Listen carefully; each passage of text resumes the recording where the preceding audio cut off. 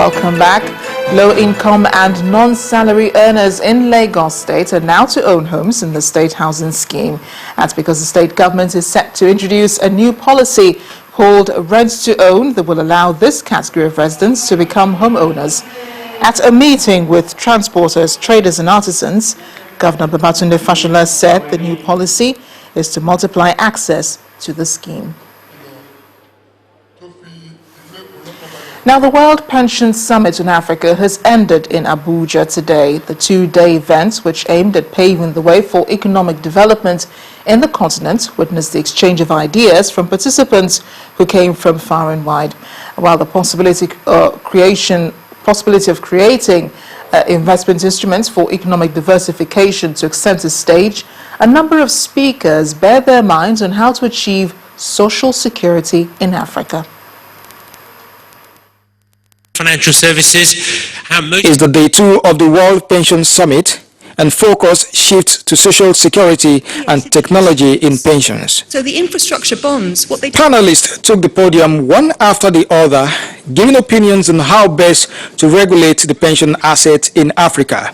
You all talk about accumulation of funds, a good investment returns, but at one stage, people who are retiring tomorrow, they are going to use that accumulated fund and convert it to an annuity, and they are going to use a mortality table. Is that mortality table going to be function changing in the future? If people are going to live longer or live shorter? These are important issues that have not been discussed.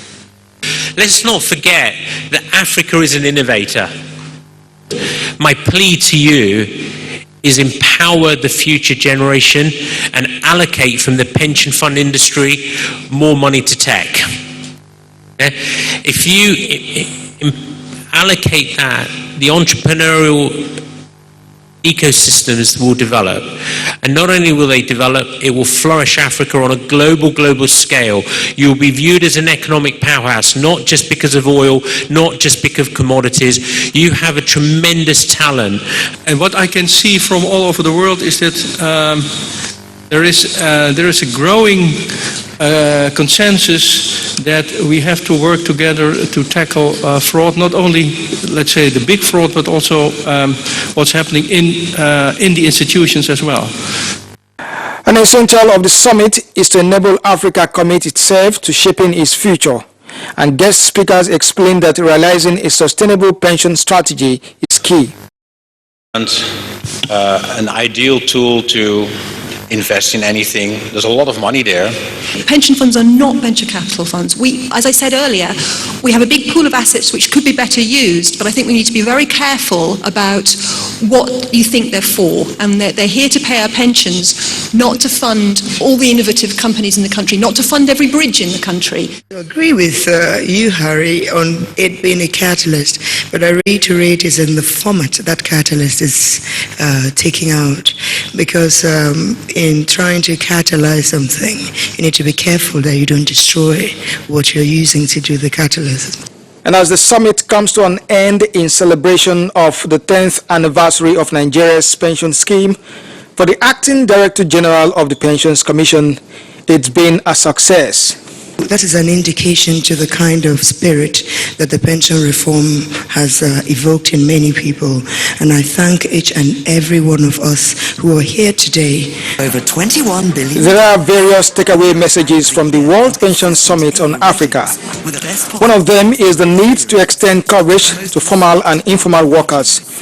Also, careful consideration must be given to social pensions through better governance on the proposed investment instruments. Customer experience. The most respected. A former managing director of the Nigeria Ports Authority, Mr. Babatunde Sarumi, wants government officials at the state and federal levels to shun their political differences and work out a solution to the gridlock at Apapa in Lagos. At a colloquium to mark his 70th birthday, the man, regarded as Mr. Reforms of the NPA, says Nigeria is better off today following the concession of ports to private operators. The event was attended by industry players and friends who eulogized him on the growth he brought to the maritime operations in Nigeria. For those within the maritime circle, both home and beyond, the name Babatunde Sarumi resonates the growth he brought to port administration. He is 70, and rather than have a lavish party, his friends, associates, and industry practitioners have put together a colloquium that underscores the reforms he brought to Nigerian ports. Perhaps there couldn't have been the reform in the first instance if the leadership of the Nigerian Port Authority was not under Chief Adebayo Babatunde Sarumi. To contribute his knowledge and not allow governments or the agency like BPO involved to make mistakes is something we really admire. We were just mere pioneers. You, who are currently implementing all that we left, are actually the champions of this game. That growth, however, is being threatened currently owing to the gridlock experienced at Apapa Road. If you leave Lagos, you are going to Apapa, it will take you nothing less than 7 hours to get to Apapa. The federal government of Nigeria should do something about it. Lagos State should do something about it. You touch the port, you've touched the life of Nigeria. So you better, therefore, ensure very, very free flow within the veins, particularly the bigger veins, which is what approach to the ports are. And I'm asking all governments in the Federation, particularly with respect to Lagos, let there be synergy between the federal government and the state government to solve the problem of access. Infrastructure available at the ports are currently overstretched, a situation that requires urgent attention. On the lighter note, however, the occasion was graced by this veteran. Right music for a right occasion, you say?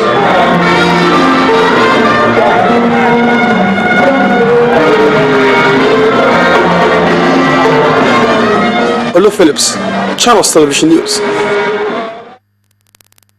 First Bank.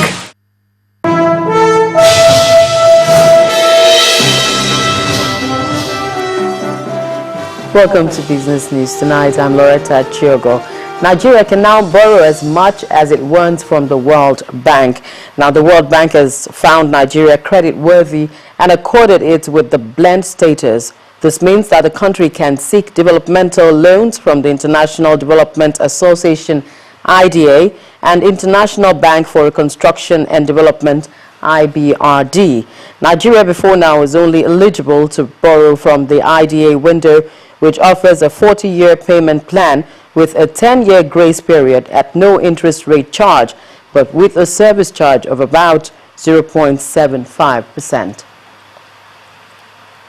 The Central Bank of Nigeria has rejected the bill seeking to empower the Nigerian Deposit Insurance Corporation, NDIC, to liquidate insurance institutions in the country. The CBN challenged the proposed statutory amendment at a one-day public hearing of the House Committee on Banking and Currency. The bill seeks to amend the 2006 Act and reenact the 2014 NDIC Act. Passengers traveling through the Murtala Mohammed Airport MMA2 in Lagos, Southwest Nigeria are in for a good time as escalators are back in good shape. The Chief Executive Officer of Bicurtney Aviation Limited, Christophe Pinnick, said that the company is determined to ensure that the facilities at the terminal meet international standards. The terminal operator also has plans to introduce self-check-in kiosks as part of its current facility upgrade. Our aviation correspondent Bukola Jo Ketumbi reports. Murtala Mohammed Airport 2 Lagos is Africa's first terminal built under a public-private partnership. 7 years after opening its doors to business, terminal operators Bicurtney Aviation Services Limited is determined to change the face of the facility, and one place to start is with the overhaul of the escalator. You have to know that these two escalators are weighing more than 40 tons. To replace this in an active terminal wasn't easy. This is actually the fourth phase of a total revamp of the terminal. We have already deployed new check-in counters just behind you. We went from 31 check-in counters to 45. This is an increased capacity of 50%.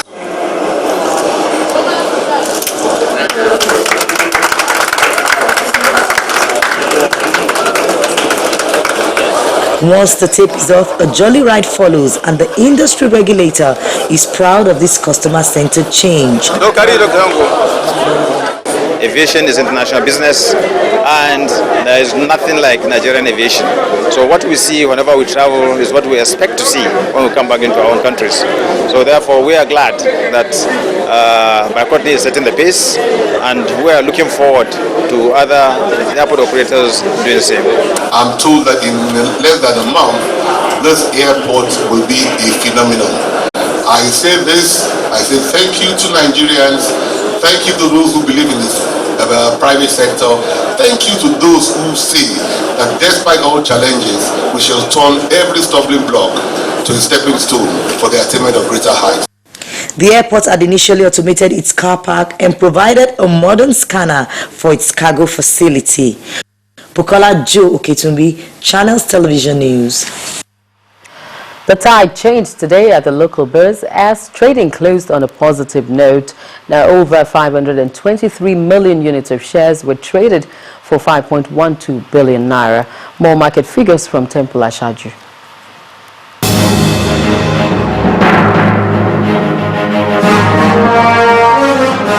Hello and welcome to the Equities Market Updates.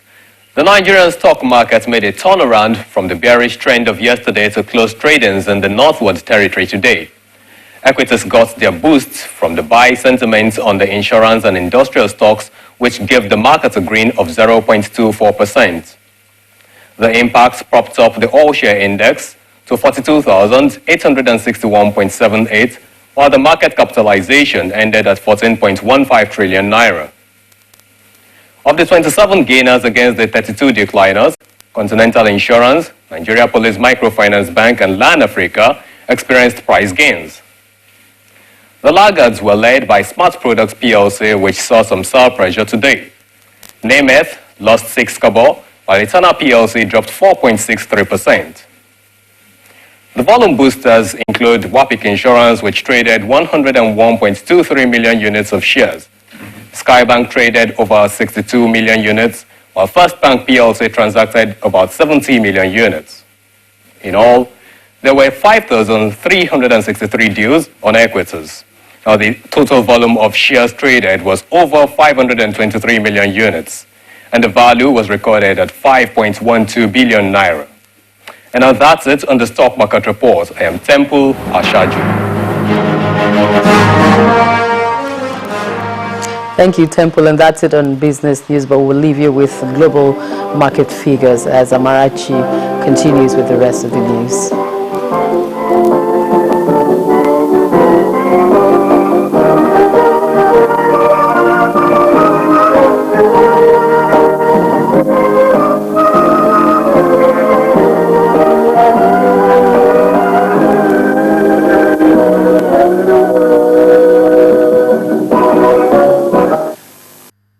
First Bank. Still ahead on the news at 10, Germany demolishes almighty Brazil out of the 2014 FIFA World Cup 7-1. That's in sports news. Please stay with us.